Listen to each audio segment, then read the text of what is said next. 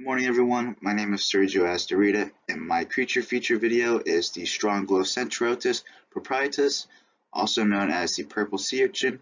If you will please bear with me, throughout the video I will be using the scientific name and common name interchangeably due to the fact that some of the journal articles did interchange their names. As well, my own pronunciation of the scientific name is not that very well. So a brief overview of the purple sea urchin. They were primarily found in low intertidal zones, and they thrive amid strong wave action in areas with churning water. They are also categorized in an echinoderm and the echinoidea class, and they move slowly by crawling and propulsion. You can see on the picture that I have to the right, there's these little kind of like legs that they have that they move along the surface of the ocean.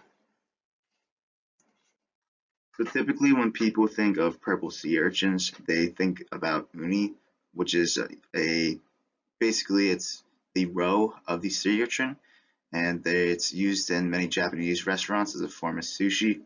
It's very expensive due to the intense labor and harvest it takes to first hunt the uni and then clean the uni. And it actually became popular in the United States when Japanese waters became overfished in the 1980s, and almost all uni, as a result of that, is sold straight from the coast of California. So although purple sea urchins are mainly used and recognized in the sushi industry, it is important to note that sea urchins are considered a model organism for developmental biology, specifically with the Strongylocenterotis proprietus, which was actually the first echinoderm in sea urchin to have its genome described, and it has actually been used as a model for molecular, evolutionary, and cellular biology, as well as in immune response case studies. It's pretty crazy, but there are estimates that between 4 and 5% of sea urchin genes are involved in immunity. This has caused pretty much a multitude of molecular approaches that have produced genetic information about different immune effectors. Again, because of this, the characterization of a large number of immune-related genes that are expressed in the sea urchin, which are known as solenocytes, have been researched and studied. This has actually allowed a lot of scientists and medical doctors to pretty much get an understanding of a possible immune response to different diseases and cancers, not just in humans, but other vertebrate and non-vertebrate organisms. So the sea urchin is considered a gamete production powerhouse. Male and female sea urchins are easily induced to shed massive number of eggs or sperm. And then their eggs are mature at release and fertilized externally simply by mixing egg and sperm. Um, the embryos are optically transparent and develop synchronously in nothing more than seawater. And high quality genome transcription data are available for several sea urchin species. What's interesting is that the eggs and the embryos are amenable to rapid repetitive microinjection of mRNAs, proteins, and dyes.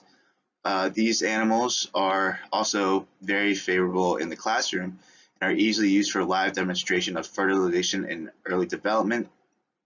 As well, the major discoveries in sea urchin have a dramatically advanced knowledge of sperm and egg interactions with egg interaction mechanisms, cell cycle control, and genetic networks of development and protection of the embryo and germline. So this was a study done in 2006 by Wright R, and they basically just wanted to show, how intricate and important the genomes that are found in the urchin's Strongylocenterotis proprietus is, based off of these 1, 2, 3, 4, 7, you know, already known facts about the sea urchin species. They basically put a report that sequenced an analysis of 114 megabase genomes of the sea urchin. They used it as pretty much a model for developmental and systems biology. The sequence strategy combined whole genome shotgun and bacterial artificial chromosomes, also called BAC sequences. This use of BAC clones aided by a pooling strategy overcame difficulties associated with heterozygosity of the genome, and they found that the genome encodes about 2,300 genes, including many previously thought to be vertebrate innovations or known only outside the jetodromes. They found that this echinoderm genome provides an evolutionary outgroup for the chordates and yields insights into the evolution of deuterosomes.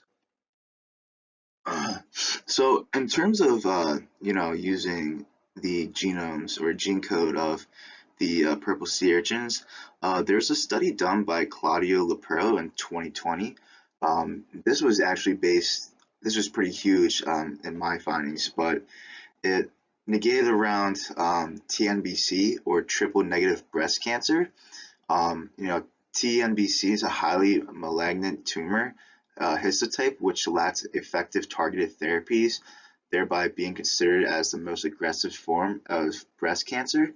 And then what's interesting is that to identify the novel compounds which could counteract TNB cell growth, they explored the virtue effects of crude extracts and KDA filter fractions of the cellulomic fluid obtained from the sea urchin on TNBC, also labeled as MDA-MB231 cells, according to the text. They examined cell viability, cyclodistribution, apoptic autophagic activity, and mitochondrial polarization. Um, they reported that the first data demonstrating an anti-TNBC effect by a Luxuria-derived cellulomic fluid extracts, um, thus identifying of the water-soluble bioactive components contained in the extracts. And you know, yes, further investigation has to be needed that actually aims to devise a novel promising prevention and our treatment against agents affected against highly malignant breast tumors. But I mean, yeah, this is like one of the first steps, and you could have ever believed that a little purple sea urchin could possibly be a lifesaver. Yeah. So in conclusion, the genomes of the Strongylocentriosis proprietis play an important role in understanding developmental biology. They may be used in the future for treating cancer cells due to anti-TNBC effects found in the celomic fluid. As well, the sea urchin has a diverse and sophisticated immune system mediated by a strangely large repertoire of innate pathogen recognition proteins, which we may be able to use in the future. Here are my article sources, and here are my picture sources. Thank you.